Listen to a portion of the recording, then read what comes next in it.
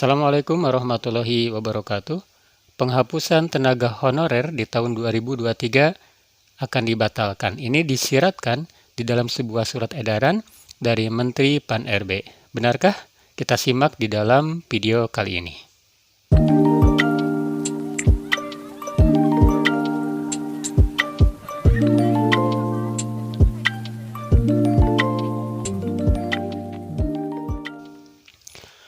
Menteri Pendayagunaan Aparatur Negara dan Reformasi Birokrasi Menpan-RB baru-baru ini mengeluarkan sebuah surat edaran yang berisi informasi terbaru terkait status tenaga honorer untuk tahun 2023.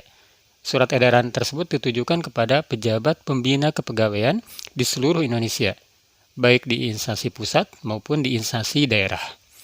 Isi dari surat edaran tersebut mencakup perihal status dan kedudukan ex-tenaga harian kerja atau THK2 dan tenaga non-aparatur sipil negara, yang sering dikenal sebagai tenaga honorer. Salah satu isu yang mencuat adalah kemungkinan pembatalan penghapusan tenaga honorer pada bulan November yang sebelumnya direncanakan oleh pemerintah dan DPR. Surat edaran ini menegaskan beberapa poin penting yang harus dilakukan oleh pejabat pembina kepegawaian.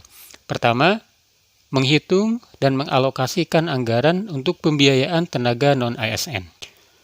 Pejabat pembina kepegawaian diminta untuk melakukan perhitungan anggaran yang diperlukan untuk membiayai tenaga non-ASN yang telah terdaftar dalam basis data Badan Kepegawaian Negara atau BKN. Hal ini mencakup pembayaran gaji, tunjangan, dan hak-hak lainnya yang seharusnya diterima oleh tenaga non-ASN. Dengan melakukan perhitungan anggaran ini, diharapkan pembiayaan bagi tenaga non-ASN tetap terjamin dan tidak mengalami pengurangan yang merugikan. Poin 2, pembiayaan tenaga non-ASN tanpa pengurangan pendapatan. Prinsip yang ditekankan dalam surat edaran ini adalah bahwa pembiayaan untuk tenaga non-ASN harus dilakukan tanpa mengurangi pendapatan yang selama ini telah diterima oleh mereka. Artinya, meskipun ada upaya untuk mengalokasikan anggaran dengan efisien, pendapatan yang telah diberikan kepada tenaga non-ASN sebelumnya harus tetap terjaga atau bahkan ditingkatkan. Tujuan utama dari prinsip ini adalah memastikan kesejahteraan tenaga non-ASN dan menjaga kontinuitas pelayanan publik yang mereka lakukan. Poin 3, larangan mengangkat pegawai non-PNS dan non-P3K. Instruksi yang diberikan melarang pejabat pembina kepegawaian dan pejabat lain untuk mengangkat pegawai yang bukan pegawai negeri sipil maupun bukan pegawai pemerintah dengan perjanjian kerja atau P3K untuk mengisi posisi jabatan ASN atau tenaga non-ASN lainnya. Hal ini bertujuan untuk memastikan bahwa penempatan pegawai pada posisi yang seharusnya diisi oleh ASN atau tenaga non-ASN telah sesuai dengan aturan yang berlaku. Larangan ini juga mendukung profesionalisme dan integritas dalam pengisian posisi di dalam instansi pemerintah.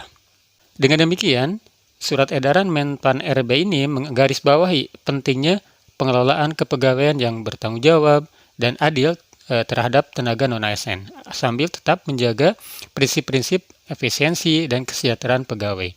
Meskipun surat edaran ini memberikan arahan yang jelas tentang 3 poin tersebut, tetap tidak ada keterangan mengenai perubahan terkait penghapusan tenaga honorer pada bulan November 2023.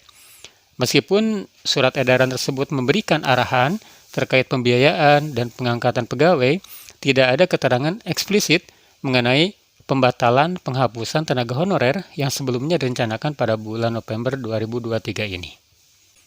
Demikian sebuah informasi tentang surat edaran dari Menteri Pan-RB tentang, sekali lagi, disiratkan bahwa tidak ada penghapusan tenaga honorer di tahun ini.